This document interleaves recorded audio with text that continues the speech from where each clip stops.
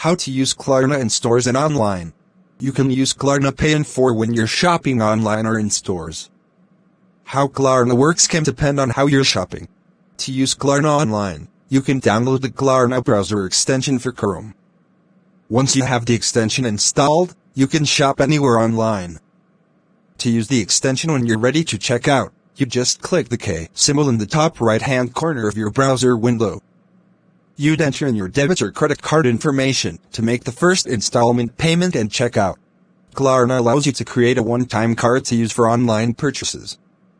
This is a unique card number that's tied to a single transaction. Each one-time card in your Klarna account represents an individual payment plan. That can make it easier to track your purchases and stay on top of payment dates. If you're shopping in a store, you can use the Klarna app to check out and pay. You'd simply open the app, choose Pay in 4 as your payment option and check out with your linked debit card or credit card.